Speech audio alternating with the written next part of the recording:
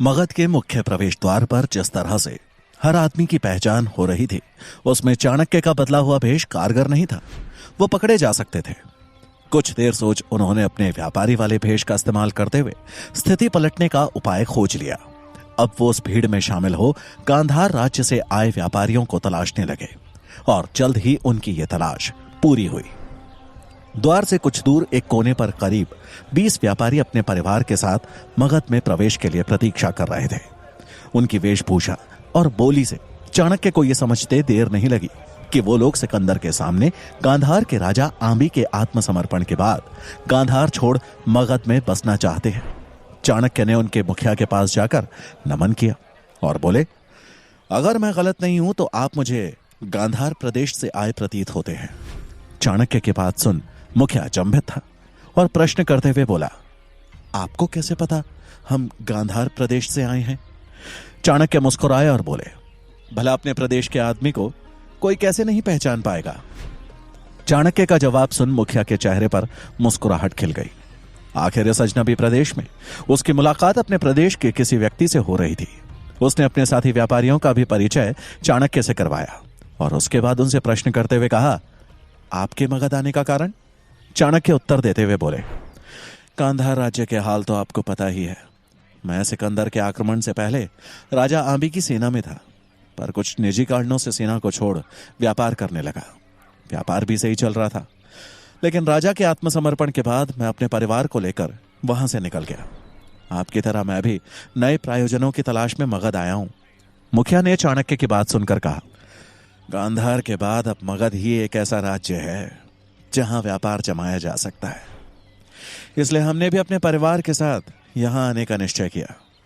वैसे आपका परिवार, क्या आपका परिवार भी आपके साथ आया है?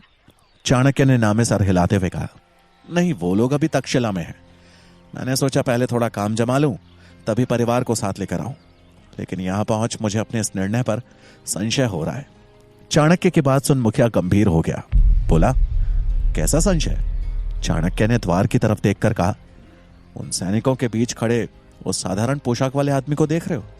चाणक्य राजहंस की ओर इशारा कर रहे थे। मुखिया ने उस दिशा में देखते हुए हाँ में सर हिलाया। चाणक्य आगे बोले, वो आदमी राजा आंबी की सेना में गुप्तचर था। अब जब राजा ने सिकंदर के सामने हथियार डाल दिए हैं तो इस गुप्तचर का यहां दिखना मुझे अटपटा सा लग रहा है। चाणक्य की बात सुन मुखिया ने सवालिया नजरों से उनकी तरफ देखकर पूछा, पर भला ये यहां खड़ा हो कर क्या रहा है? चाणक्य ने गहरी सांस ली और बोले, गांधार से आए लोगों यानी आप और मुझ जैसे लोगों को पहचानने का काम कर रहा है। इसकी एक आवाज पर हम जैसे भोले इंसानों को दुश्मन करार देकर बंदी बनाया जा सकता है। और शायद सेनापति को यह पता ही ना हो कि जिसे उन्होंने मित्र मान रखा है वो आदमी मित्रता की आड़ में सिकंदर के लिए काम कर रहा है। यह सुन मुखिया और बाकी व्यापारी चौंक गए।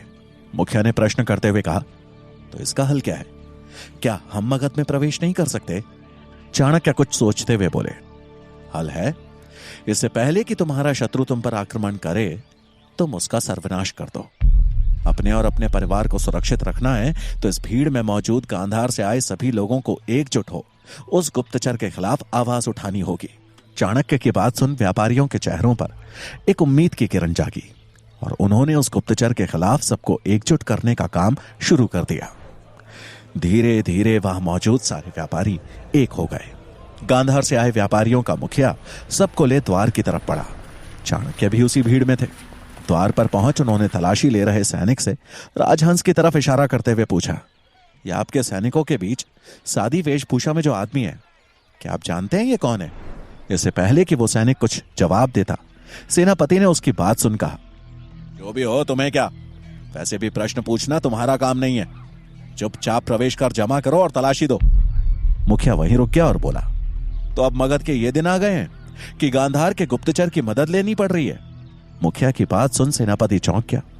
राजहंस को समझ ही नहीं आया कि अचानक ये कौन है जो उस पर उंगलियां उठा रहा है। सेनापति ने तलवार पर अपनी पकड़ मजबूत करते हुए मुखिया से प्रश्न किया, ताबी है, कितना बड़ा इल्जाम लगा रहे हो? क्या प्रमाण है कि एक गुप्तचर है? मुखिया थोड़ा डर गया, लेकिन अपने आप को संभालते हुए बोला, हम गांधार से हैं और इस आदमी को जानते हैं। यह आदमी राजा आंबी का गुप्तचर था।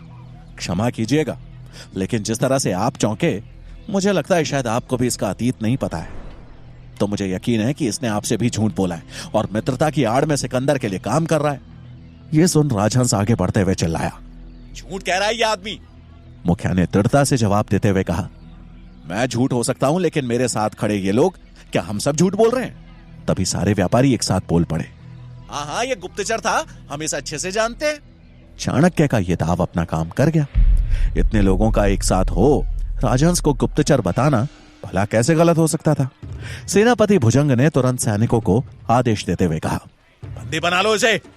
सैनिक राजहंस की ओर लपके और उसको तुरंत बंदी बना लिया। राजहंस चिल्लाते हुए बोला, झूठे हैं ये सब चाणक्य का किया धरा है, मेरी मानो, ये सब उसी की चाल है। सेनापति ने राजहंस को गर्दन से पकड़ मुखिया की तरफ इशारा करते हुए कहा, क्या ये चाणक्य है? उसने नामे सर हिलाया। उसके बाद सेनापति ने 4-5 और लोगों की शक्ल दिखाते हुए बोला, क्या इनमें से कोई चाणक्य है? राजहंस का उत्तर अभी भी ना ही था। सेनापति ने गुस्से में उसे धक्का देते हुए कहा, तो कहां है चाणक्य? झूठ बोलता है, ले जाओ इसे और डाल दो कारागार में। अब इससे सच हम उगलवाएंगे। सैनिकों ने राजहंस को पकड़ा और वहां से ले गए। राजहंस का दाव उसी पर उल्टा पड़ गया था। भीड़ में व्यापारी के भेष में खड़े चाणक्य के चेहरे पर एक मुस्कान थी। उनका रास्ता साफ हो गया था और अब वो उन व्यापारियों के साथ मगध में प्रवेश कर गए। मगध में प्रवेश कर चाणक्य पाटलिपुत्र में अपने घर की ओर बढ़ गए। राह में चलते हुए उन्हें यशोधरा की चिंता खाई जा रही थी। उन्होंने अपनी चाल तेज कर दी और कुछ ही देर में वो अपने घर के समीप थे। अब चाणक्य सतर्क हो एक एक कदम नाप तोल के रखने लगे। घर के बाहर पहुंच उन्होंने देखा कि किवाड़ बंद है। चाणक्य को समझ नहीं आया कि आखिर यशोधरा कहां चली गई। उन्होंने मन में उठ रही अनेक आशंकाओं, अनेक सवालों पर रोक लगाते हुए यशोधरा की प्रतीक्षा करना ही सही समझा। वो घर से कुछ दूर हटकर यशोधरा के लौटने की प्रतीक्षा करने लगे। दिन का आखिरी प्रहर शुरू हो चुका था, लेकिन यशोधरा का कोई अता पता नहीं था। चाणक्य के मन को आशंकाओं ने एक बार फिर से घेर लिया। कुछ सोचते हुए वो मनी मन बोले, आखिर कहां है यशोधरा? बाजार गई होती तो अब तक तो लौटने का समय हो गया था। किसी मुसीबत में तो नहीं फंस गई? कहीं वो संदेशवाहक जिसे मैंने भेजा था पकड़ा तो नहीं गया? फिर तो शक्टार और शंभू काका दोनों नहीं। ये सब सोच चाणक्य के माथे पर फैली चिंता की लकीरें और गहरी हो गई। अब अगर किसी से जानकारी मिल सकती थी तो वो थे शंभू काका, लेकिन चाणक्य को यह भी नहीं पता था कि वो सुरक्षित हैं कि नहीं। लेकिन इस बात की पुष्टि उनके घर जाकर ही हो सकती थी। चाणक्य ने अंतिम बार अपने घर की ओर देखा और फिर शंभू काका के घर की तरफ चल दिए। इधर चाणक्य शंभू काका के घर की तरफ बढ़े तो उधर तक्षशिला में अपनी कक्षा समाप्त कर चंद्रगुप्त सुकन्या से मिलने सेवक कक्ष की ओर चल दिया। लेकिन वो वहां नहीं थी। उसने सुकन्या को ढूंढा, लेकिन वो मिली नहीं। सुकन्या को कहीं ना देख उसने एक सेवक से पूछा, आचार्य चाणक्य का सेवक सुकेतु कहाँ है? मुझे उससे काम था। सेवक ने जवाब देते हुए कहा, शाम में नदी से पानी लेने गया था, लेकिन अब तक तो लौटाना चाहिए था। पता नहीं कहां रह गया। कुछ देर प्रतीक्षा करो, आता ही होगा। चंद्रगुप्त ने कुछ देर प्रतीक्षा की, लेकिन सुकन्या का कोई अता पता नहीं था। सूरज ढल चुका था और अब चंद्रगुप्त को सुकन्या की चिंता होने लगी। उसने अब और प्रतीक्षा ना करते हुए अपनी तलवार पकड़ी और नदी की ओर जाने का निर्णय लिया। उसका यह निर्णय सही भी था, क्योंकि सुकन्या बीच जंगल में 2 डकैतों से घिरी हुई थी। पानी लेकर वापस लौटते हुए सुकन्या की नजर 2 डकैतों पर पड़ी, जो कि एक यात्री को लूट रहे थे। ये देखते ही उसके सामने डकैत का शिकार हुए अपने मृत माता पिता की आकृति उभर आई। उसने तुरंत पानी का बर्तन फेंका और एक मजबूत डंडा उठाकर उन डकैतों पर वार किया। अचानक हुए इस हमले से वो लोग सकपका गए। पीछे मुड़े तो सामने एक नौजवान बालक खड़ा दिखा, जो हाथ में डंडा लिए उनका सामना करने को तैयार था। ये बालक और कोई नहीं, सुकन्या ही थी, जो कि सुकेतु बंद तक्षशिला में रह रही थी। पर उसके रूप को देख कोई नहीं कह सकता था कि वो एक लड़का नहीं, लड़की है। उसकी आंखों में रोष साफ झलक रहा था। वो दोनों डकैत उस यात्री को भूल सामने खड़े बालक की ओर बढ़ते हुए बोले, बहुत अच्छा है ना तुझे योद्धा बनने की, अब देख। ऐसा कह वो दोनों अपनी तलवार ले उस पर टूट पड़े। सुकन्या उनके वार से बचते हुए फुर्ती से एक और कूदी और अगले ही पल उसने डंडे को लहराते हुए उनके पांव पर वार किया। वार के चलते वो दोनों नीचे जा गिरे। सुकन्या और उन डकैतों को आपस में उलझा हुआ देख उस यात्री ने अपनी जान बचाकर वहां से भागना ही उचित समझा। अब वहां पर सुकन्या और वो दो डकैत ही थे। सुकन्या ने अपने डंडे से अगला प्रहार किया, लेकिन इस बार उसका वार खाली गया। उन दोनों ने भी उतनी ही फुर्ती दिखाई और उसके वार से बच गए। अगले ही पल उनमें से एक ने अपनी तलवार से सुकन्या पर वार किया। सुकन्या ने हमले से बचने के लिए अपना डंडा आगे कर दिया, लेकिन भला एक डंडा तलवार के आगे कहां टिकता। डंडा कट के दूर जा गिरा और इससे पहले कि सुकन्या संभलती, दूसरे डकैत ने उसके पीछे से सर पर वार कर दिया। सुकन्या ने ऐन मौके पर अपना सर नीचे किया और दूसरी ओर छलांग लगाई, लेकिन उस तलवार के वार ने उसकी पगड़ी को चीर दिया था। पगड़ी पर चीरा लगते ही सुकन्या के केश खुल गए और उसका असली चेहरा उनके सामने आ गया। उन्हें एहसास हुआ कि उनका सामना एक लड़के से नहीं बल्कि एक लड़की से हो रहा था। एक निहत्थी लड़की को अपने सामने देख दोनों के चेहरे खिल गए। उन दोनों ने सुकन्या को घेर लिया। उनमें से एक ने आंखें बड़ी करते हुए कहा, इतनी सुंदर तो हो, फिर क्यों छुपा रखा है ये रंग रूप? ये सुंदरता पहले ही दिखा देती तो उस यात्री को तो हम ऐसे ही छोड़ देते। उनकी बात सुन सुकन्या आंख बबूला हो गई, लेकिन अब वो अकेली और असहाय थी। वो लोग लाल टपकाते हुए सुकन्या की तरफ बढ़े कि तभी सुकन्या के कानों में चंद्रगुप्त की आवाज गूंजी, माटी।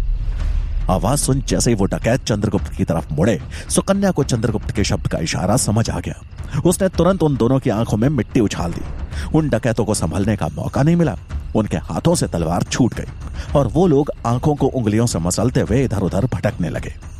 मौका देख चंद्रगुप्त ने अपनी तलवार की मूठ से दोनों के सिर पर जोर का प्रहार किया और अगले पल दोनों डकैत मूर्छित हो जमीन पर थे। चंद्रगुप्त तुरंत सुकन्या की ओर बढ़ा और बोला, तुम ठीक तो हो? चंद्रगुप्त को सामने देख जैसे सुकन्या के अंदर एक नई ऊर्जा का संचार हो गया। उसने चंद्रगुप्त का धन्यवाद करते हुए कहा, अगर तुम नहीं आते तो पता नहीं ये डकैत मेरे साथ। ऐसा कहते कहते सुकन्या रुक गई। उसकी आंखें नम हो गई। चंद्रगुप्त ने उसे सहारा देते हुए ऊपर उठाया और बोला, कुछ नहीं होता तुम्हें, याद रखना तुम एक योद्धा हो और योद्धा अपने लक्ष्य तक पहुंचने से पहले हार नहीं मानते।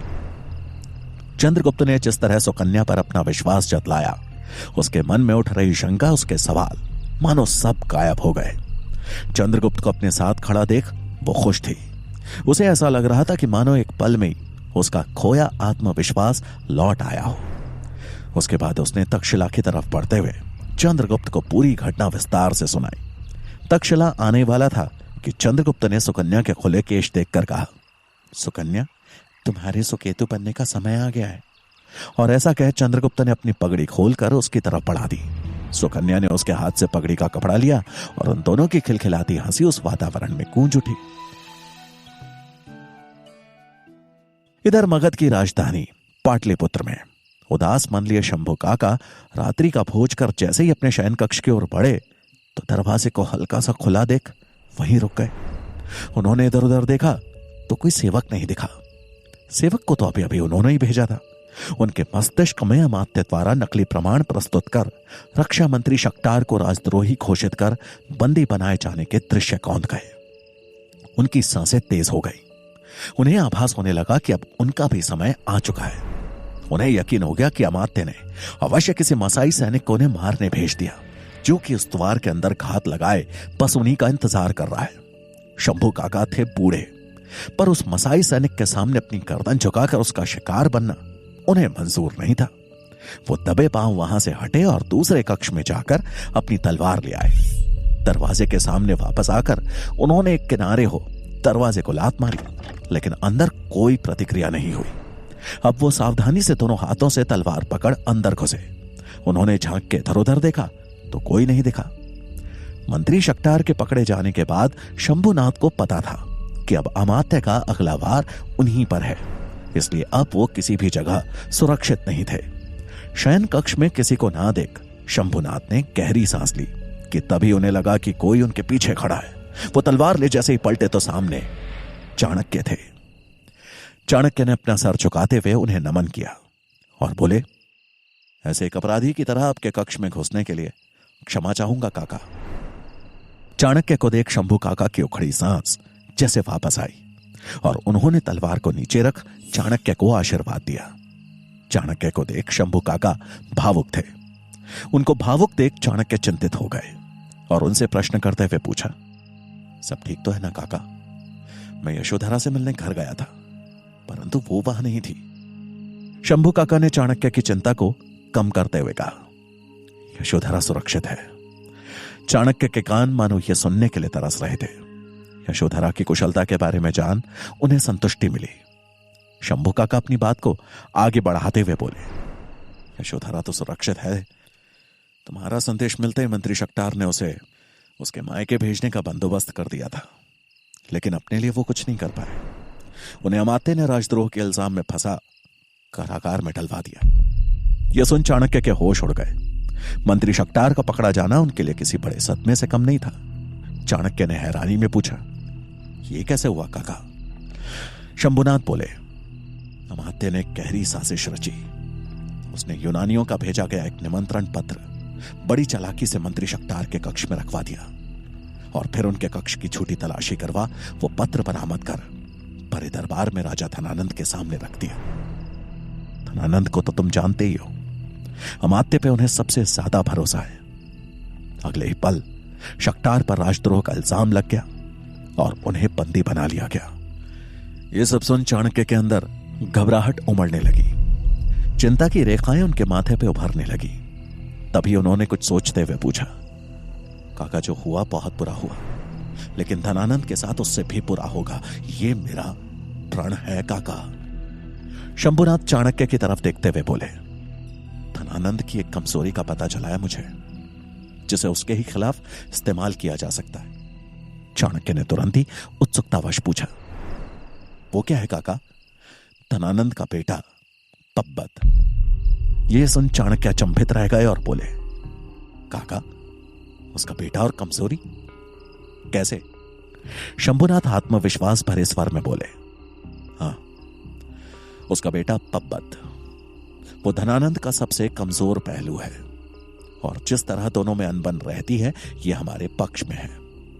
पब्बत धनानंद से घृणा करता है और इस घृणा का इस्तेमाल हम धनानंद के खिलाफ कर सकते हैं। चाणक्य की दूरदर्शी सोच ने तुरंत ही पढ़ लिया कि आगे की योजना पे कैसे काम करना है।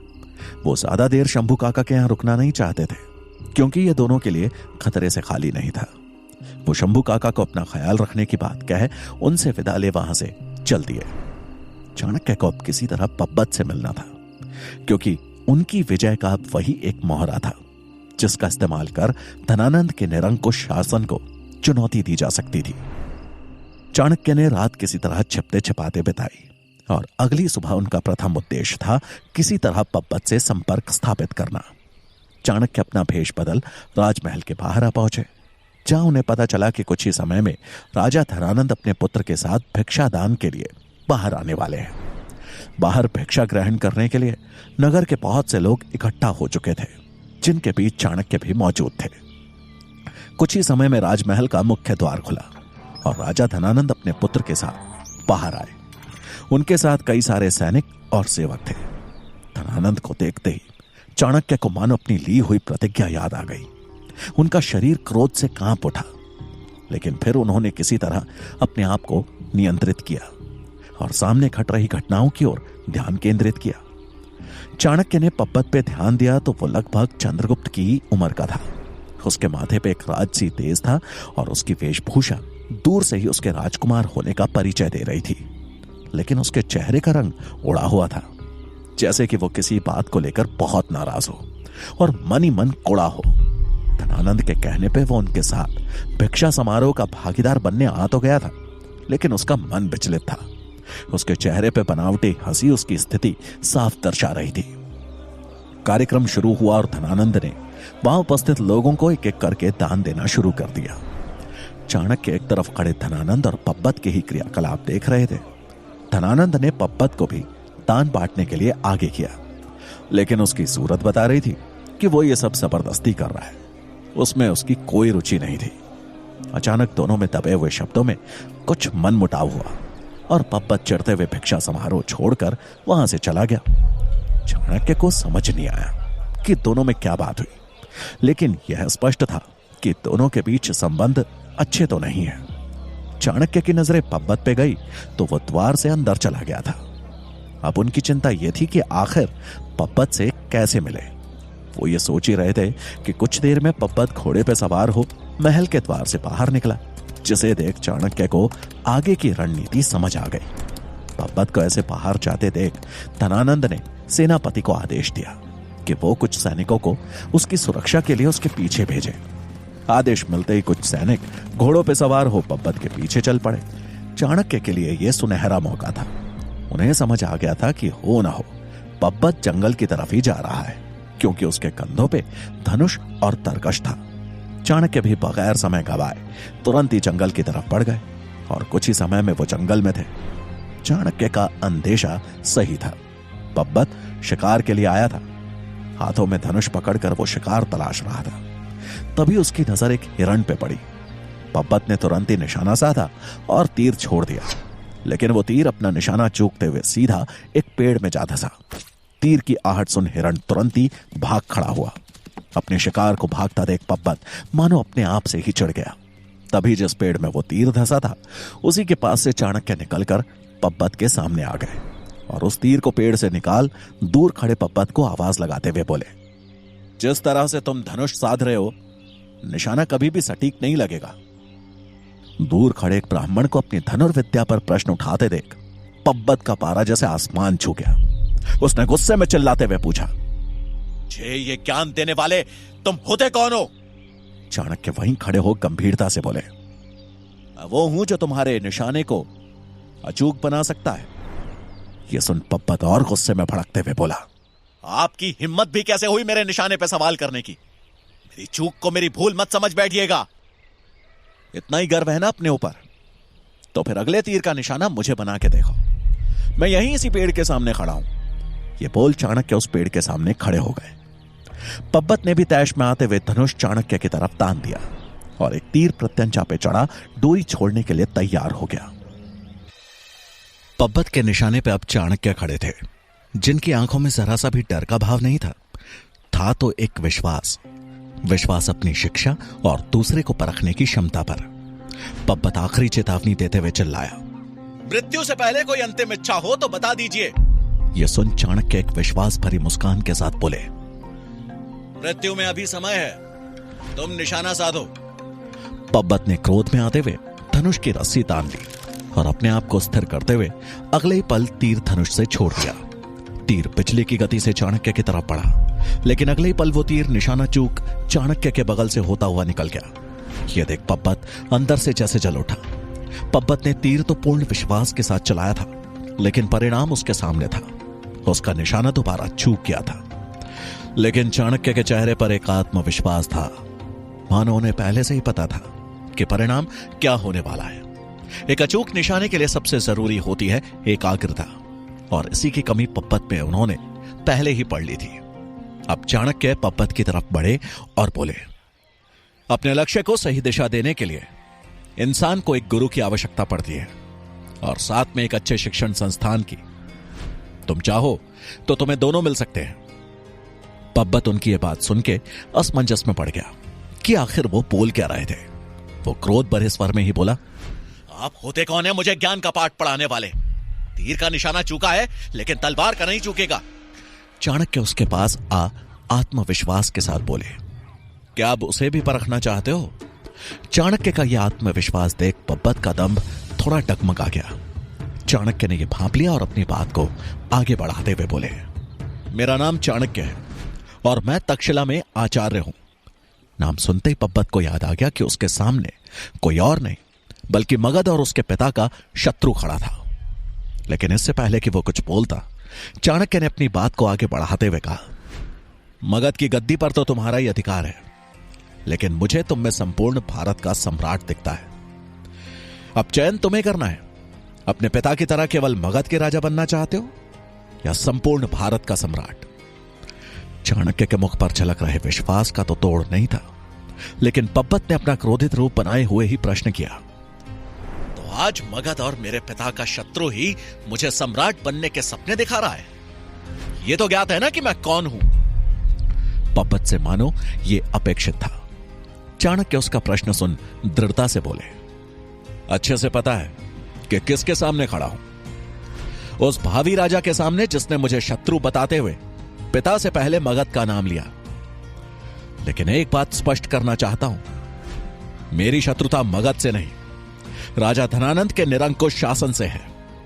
और तुम्हारा एक व्यक्ति के ऊपर राज्य को रखना ही तुम्हारे उज्जवल भविष्य का प्रमाण है। चाणक्य की बात सुन पब्बत को यह तो एहसास होने लगा कि उसके सामने उसके पिता को चुनौती देने वाला कोई नाकारा दरिद्र ब्राह्मण नहीं, बल्कि एक ऐसा सुलझा आदमी था जिसकी हर बात में उसका लक्ष्य और अनुभव झलक रहा था। पब्बत उनको आंख ही रहा था कि तभी एक तरफ से घोड़ों के टाप की आवाज सुनाई दी। चाणक्य समझ गए कि यह जरूर पब्बत की सुरक्षा के लिए भेजे गए सैनिक हैं। चाणक्य के भावों को पढ़ते हुए पब्बत तुरंत अपनी तलवार के मूठ पे हाथ रखते हुए बोला, मगध राज्य के सैनिक आ रहे हैं। मैं चाहूं तो आपको अभी बंदी बनवा सकता हूं। उसकी बात सुन चाणक्य मुस्कुराए और बोले, अगर यही तुम्हारा मंतव्य होता तो तुम्हारी तलवार म्यान से कब की निकल चुकी होती। मेरी मृत्यु में ही अगर तुम्हारी संतुष्टि है तो यही सही। मैं जा रहा हूं। मुझे विश्वास है कि तुम्हारे राजसी घोड़े मेरी चाल को तो मात दे ही देंगे। ऐसा कहकर चाणक्य निकलने लगे। तभी पब्बत ने कुछ सोचते हुए हड़बड़ाहट में कहा, आप मुझसे आज रात्रि जल महल में आकर मिलिए। चाणक्य का दाव सही पड़ गया था और एक हल्की मुस्कुराहट के साथ वो तुरंत ही एक साई की तरह वहां से गायब हो गए। जहां चाणक्य धनानंद की सत्ता उखाड़ फेंकने के लिए उसकी सबसे बड़ी कमजोरी को अपने पक्ष में करने में लगे थे, वहीं चंद्रगुप्त के लिए तक्षशिला में अपना स्थान बनाना हर बीतते क्षण के साथ मुश्किल होता जा रहा था। चंद्रगुप्त की आज की कक्षा के शिक्षक थे आचार्य गजानन। जब चंद्रगुप्त ने कक्षा में प्रवेश किया तो देखा कि आचार्य गजानन पहले से ही कक्षा में उपस्थित है। चंद्रगुप्त अन्य विद्यार्थियों के साथ जाकर बैठ गया। चंद्रगुप्त को देख आचार्य गजानन की त्योरियां चढ़ गई, लेकिन फिर कुछ सोच वो मुस्कुरा उठे। उनकी मुस्कुराहट देख चंद्रगुप्त समझ गया था कि आचार्य गजानन उसे आसानी से शिक्षा ग्रहण नहीं करने देंगे। आचार्य गजानन वनस्पति विज्ञान के शिक्षक थे। उन्होंने पाठ आरंभ करने से पहले चंद्रगुप्त और अन्य दो नए विद्यार्थियों को अपने पास बुलाया। आचार्य गजानन के बुलाने पर चंद्रगुप्त घबरा गया, क्योंकि वह अच्छी तरह जानता था कि आचार्य उसे पसंद नहीं करते, लेकिन वो उसके गुरु थे और उनकी आज्ञा मानना उसका धर्म था। आखिरकार वो अपने स्थान से उठा और डरते डरते आचार्य के पास पहुंचा। आचार्य ने पूरी कक्षा को संबोधित करते हुए कहा, क्योंकि आज इन तीनों विद्यार्थियों का हमारी कक्षा में पहला दिन है, तो आज कक्षा की शुरुआत इनसे कुछ प्रश्न पूछकर की जाएगी। इतना कहकर आचार्य ने एक सुंदर सा जसवंती के फूल का पौधा सबके सामने रखा और फिर चंद्रगुप्त और उन दोनों लड़कों को देखकर बोले, इस पौधे को देखकर इसके बारे में पूरी कक्षा को बताओ। चंद्रगुप्त ने देखा कि उस छोटे से पौधे में जसवंती के 2-4 फूल खिले हुए थे, जिस कारण देखने में वो पौधा प्यारा लग रहा था। लेकिन उस पौधे का कुछ भाग सड़ने लगा था और वहां जो पत्तियां लगी थीं वो पीली पड़ रही थी और उस पौधे की शोभा को बिगाड़ रही थी। आचार्य का प्रश्न सुन सभी मूक खड़े थे, जिसे देख आचार्य गजानन आश्चर्य में बोले, क्या हुआ? तुम तीनों को इस पौधे के संबंध में कोई जानकारी नहीं? क्यों चंद्रगुप्त, क्या आचार्य चाणक्य ने तुम्हें वनस्पतियों का ज्ञान नहीं दिया? आचार्य गजानन की बात सुनकर चंद्रगुप्त बोला, ऐसा नहीं है आचार्य, ये जसवंती के फूल का पौधा है और इसके फूल का उपयोग पीड़ा और ज्वर की औषधि बनाने में होता है। साथ ही यह हृदय के लिए भी लाभदायक है। बहुत सुंदर चंद्रगुप्त, लेकिन क्या तुम हमें इस पौधे में कोई कमी बता सकते हो? आचार्य गजानन ने गंभीर होते हुए पूछा। चंद्रगुप्त कुछ सोचते हुए बोला, इसमें लगे सूखे पत्ते इसकी शोभा को बिगाड़ रहे हैं। उत्तम, अति उत्तम। आचार्य गजानन खुश होते हुए बोले, लेकिन उनकी खुशी बनावटी थी। उनके मुख से उत्तम सुन चंद्रगुप्त ने राहत की सांस ली, लेकिन कक्षा में उपस्थित वीरसेन और उसके साथी मन ही मन कुड़ गए। आचार्य गजानन आगे बोले, तुमने बिल्कुल ठीक कहा, ये पत्ते इस पौधे की शोभा बिगाड़ रहे हैं। तो बताओ, इनका क्या करना चाहिए? इन्हें इस पौधे से अलग कर देना चाहिए, चंद्रगुप्त ने सरल भाव से उत्तर देते हुए कहा। यह सुन आचार्य बोले, इससे क्या होगा? चंद्रगुप्त पौधे की तरफ देखता हुआ बोला, आचार्य, इससे ये पौधा सुरक्षित रहेगा, वरना धीरे धीरे करके ये पूरा पौधा भी सड़ जाएगा। ये सुन आचार्य गजानन ने उसे आदेश दिया, तो ठीक है चंद्रगुप्त, ये काम तुम करोगे, और सिर्फ इस पौधे से नहीं, तक्षशिला के दक्षिण भाग में जो पुष्प वाटिका है, वहां जितने भी पुष्प वृक्षों पे इस तरह के सड़े गले पुष्प और पत्ते हैं, तुम उन्हें हटाकर उनकी एक ढेरी बनाओ और फिर उसे जलाकर नष्ट करोगे।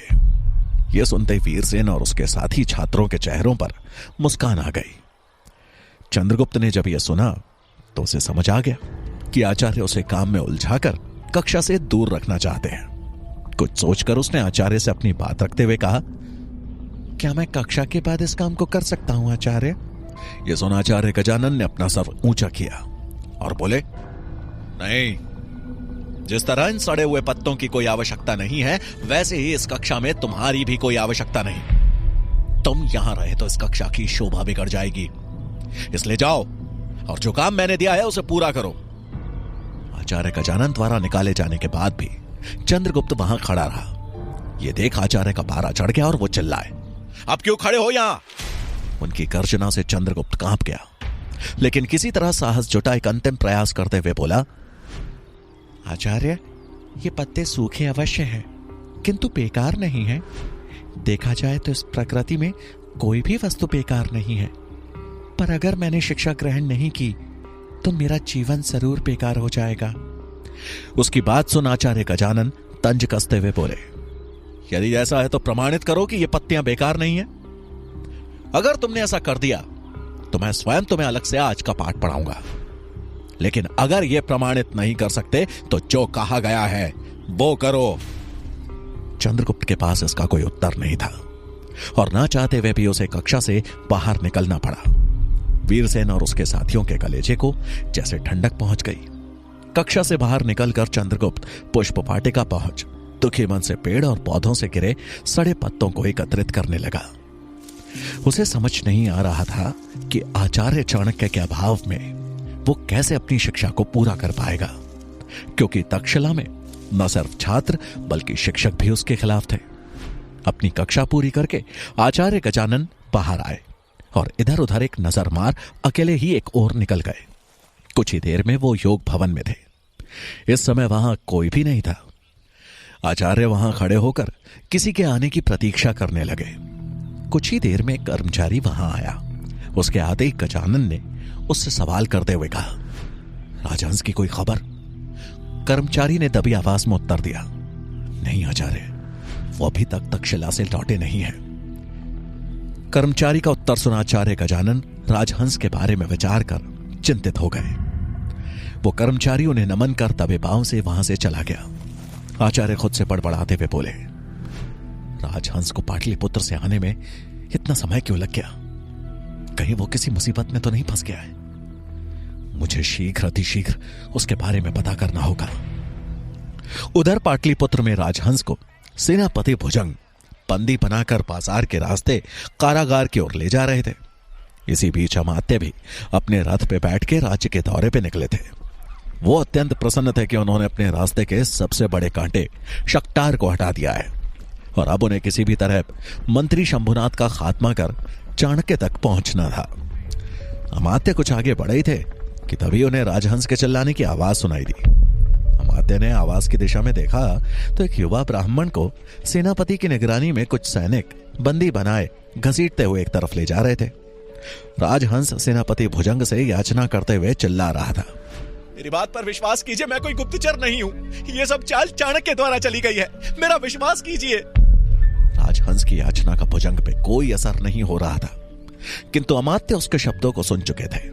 चाणक्य का नाम सुनते ही अमात्य के कान खड़े हो गए। उन्होंने अपने सारथी को आदेश दिया, रथ उस ओर ले चलो जहां सेनापति भुजंग है। सारथी ने अमात्य की आज्ञा अनुसार रथ दूसरी तरफ मोड़ दिया और सेनापति भुजंग के ठीक सामने ले जाकर खड़ा कर दिया। भुजंग ने ज्यों ही मंत्री अमात्य को देखा तो सर झुकाकर उनका अभिवादन किया और पूछा, महामंत्री जी, आप यहां? कोई परेशानी थी तो मुझे बुलवा लेते, आपने क्यों आने का कष्ट किया? नहीं भुजंग, हमें कोई कष्ट नहीं, हम तो राज्य के दौरे पे निकले थे। लेकिन तुम बताओ, इस दीनहीन ब्राह्मण को लेकर कहां जा रहे हो? अमात्य का प्रश्न सुन भुजंग बोले, महामंत्री जी, ये कोई ब्राह्मण नहीं बल्कि एक गुप्तचर है। हमारा ध्यान भंग कर पाटलिपुत्र में प्रवेश करने की चेष्टा कर रहा था। भुजंग की बात अभी पूरी भी नहीं हुई थी कि राजहंस चिल्लाते हुए बोला, मैं कोई गुप्तचर नहीं बल्कि तक्षशिला के आचार्य गजानन का शिष्य हूं। उसकी बात सुन अमात्य हैरानी में बोले, यदि तुम तक्षशिला से हो तो यहां किस काम से आए थे? राजहंस बोला, अपने आचार्य गजानन द्वारा दी गई सूचना पहुंचाने। उन्होंने कहा था कि मैं सीमा सुरक्षा के सेनापति को जाकर बताऊं कि मगध का शत्रु चाणक्य मगध में प्रवेश करने वाला है, लेकिन किसी ने भी मेरी बात नहीं मानी। यह सुनते ही अमात्य के चेहरे पे चिंता की लकीरें उभर आई। उन्होंने भुजंग से पूछा, तुम्हें किसने कहा कि यह व्यक्ति एक गुप्तचर है? कांधार से आए व्यापारियों ने इसकी पुष्टि की है, सेनापति ने जवाब दिया। अमात्य ने आगे पूछा, क्या तुम्हें इसके पास कोई संदेहजनक वस्तु प्राप्त हुई? और जिन व्यापारियों द्वारा पुष्टि की गई, क्या तुमने उन सभी की अच्छी तरह से जांच की? भुजंग को कोई उत्तर देते ना बना। उसे कहीं ना कहीं अपने द्वारा की गई भूल का आभास हो चुका था। अमात्य उसकी परिस्थिति को ताड़ समझ चुके थे कि यह सारा खेल चाणक्य द्वारा रचा गया है। उन्होंने आदेश दिया, राजहंस को तुरंत रिहा किया जाए और मगध की सारी सीमाएं बांध दी जाए। बिना जांच के मगध से कोई बाहर ना जाने पाए। भुजंग ने हामी में सर नीचे कर दिया। चाणक्य के मगध में होने की खबर पाकर अमात्य का तो जैसे चेहरा खिल गया था। वो खुद से बात करते हुए बोले, बहुत हो गया चूहे बिल्ली का खेल चाणक्य, इस बार तू मगध से नहीं निकल पाएगा।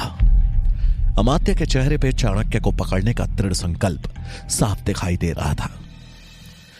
इधर तक्षशिला में चंद्रगुप्त आचार्य गजानन द्वारा सूखी और सड़ी पत्तियां इकट्ठा करने के कार्य को पूरा तो कर चुका था, लेकिन हताशा ने उसे मानो पूरी तरह घेर लिया था। अपने ख्यालों में खोया वो अब उस ढेर को एकटक देखे जा रहा था कि तभी सुकेतुपनी सुकन्या की नजर उस पर पड़ी। उसको कक्षा से बाहर एक कूड़े के ढेर के सामने बैठा देख उसे समझ आ गया कि आज एक बार फिर चंद्रगुप्त किसी की द्वेषता का शिकार बन गया था। मौका देख सुकन्या उसके पास आई और उसकी हताशा को पढ़ते हुए बोली, चंद्र, इससे पहले कि तुम हार जाओ मैं तुम्हें बता दूं कि आचार्य चाणक्य का तुम पर बहुत विश्वास है और तुम्हारा प्रयास होना चाहिए कि उनका विश्वास किसी भी कीमत पर न टूटे। चंद्रगुप्त झुंझुलाते हुए बोला, तो मैं क्या करूं? कितना मूर्ख हूं मैं। बिना ज्ञान के ही कह दिया कि इस धरती पे कोई भी वस्तु बेकार नहीं होती। उसकी बात सुन सुकन्या समझाते हुए बोली, गलत नहीं थे तुम, क्योंकि तुम्हारे सामने सड़े गले पत्ते नहीं बल्कि उर्वरक है जो जन्म देता है नई फसल को। इसलिए अपने ऊपर भरोसा रखो चंद्र। मुझे क्षमा करना, अब अगर थोड़ी देर और यहां बैठी तो काम देरी से करने के चक्कर में मेरा हाल भी तुम्हारे जैसा हो जाएगा। ऐसा कह सुकन्या ने चंद्रगुप्त की तरफ विश्वास भरी नजरों से देखा और वहां से चली गई। सुकन्या एक हवा के झोंके की तरह कुछ ही शब्दों में चंद्रगुप्त के खोए हुए आत्मविश्वास को वापस लौटा गई। उसे जाते देख चंद्रगुप्त पीछे से बोला, तुमने बातों ही बातों में मुझे ज्ञान की बात सिखा दी सुकन्या। तुम सही कहती हो, मुझे हार नहीं माननी चाहिए। मुझे मेरा उत्तर मिल चुका है। जो चंद्रगुप्त अभी कुछ पल पहले तक हतोत्साहित था, अचानक ही उत्साहित हो उठा। सुकन्या उसकी ओर पलट मुस्कुराई और आगे बढ़ गई। जहां सुकन्या की मदद पाकर चंद्रगुप्त का खोया उत्साह वापस आ गया था, वहीं दूसरी तरफ पब्बत को अपने पक्ष में करने की जिम्मेदारी लिए आचार्य चाणक्य अपने जीवन को दांव पे लगाकर सावधानी से जल महल की तरफ बढ़ रहे थे। रात्रि का दूसरा पहर बीत चुका था। उनके मन में तमाम शंकाएं भी थी और हल्का डर भी, क्योंकि उन्होंने एक ऐसे इंसान पे दांव लगाया था जिसके डसने पे सीधा मौत थी। आचार्य चाणक्य जलमहल के बाहर पहुंच सैनिकों से बचते हुए अंदर जाने का गुप्त मार्ग खोजने लगे। कुछ ही क्षणों में उनकी यह खोज पूरी हो गई। वो तुरंत ही बड़ी सावधानी से उस गुप्त मार्ग से जलमहल में प्रवेश कर गए। सैनिकों की दृष्टि से बचते हुए चाणक्य आगे तो बढ़ गए, लेकिन पूरे जलमहल में सन्नाटा पसरा देख असमंजस में पड़ गए। इससे पहले कि वो स्थिति को अच्छे से भांप पाते कि तभी द्वार बंद होने की आवाज उनके कानों में पड़ी। आवाज सुन चाणक्य पीछे पलटे तो ये देख हैरान रह गए कि किसी ने उस गुप्त द्वार के दरवाजे को भी बंद कर दिया था। आचार्य दबे पांव बड़ी चालाकी से पब्बत के कक्ष की ओर बढ़ने लगे। लेकिन तभी जैसे उन्हें वहां छाई हुई खामोशी चुभने लगी। कुछ सोचते हुए आचार्य ने एक बार अपनी दृष्टि चारों तरफ घुमाई और बड़ी सतर्कता के साथ आगे बढ़े। कुछ दूर आगे बढ़ने पर आचार्य ने देखा कि आगे के मार्ग पर अंधेरा ही अंधेरा था। आचार्य पीछे मुड़े ही थे कि तभी अचानक किसी ने उनके पीछे जल रही सभी मशालें बुझा दी। किसी हमले की आशंका से आचार्य कोने में जाकर छिप गए। अब पूरे जल महल में घनघोर अंधेरा छा चुका था। चाणक्य मन ही मन सोच बोले, कहीं पब्बत ने मुझे पकड़वाने के लिए तो यह सब नहीं किया। लेकिन यदि उसे मुझे पकड़वाना होता तो सुबह सैनिकों से कहकर भी बंधक बना सकता था।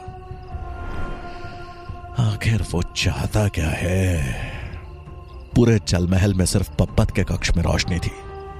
वो अपने कक्ष में बैठ आचार्य के आने की प्रतीक्षा कर रहा था। लेकिन आचार्य चाणक्य अभी तक उसे कक्ष में नहीं पहुंच पाए थे। प्रतीक्षा करते हुए काफी समय हो गया।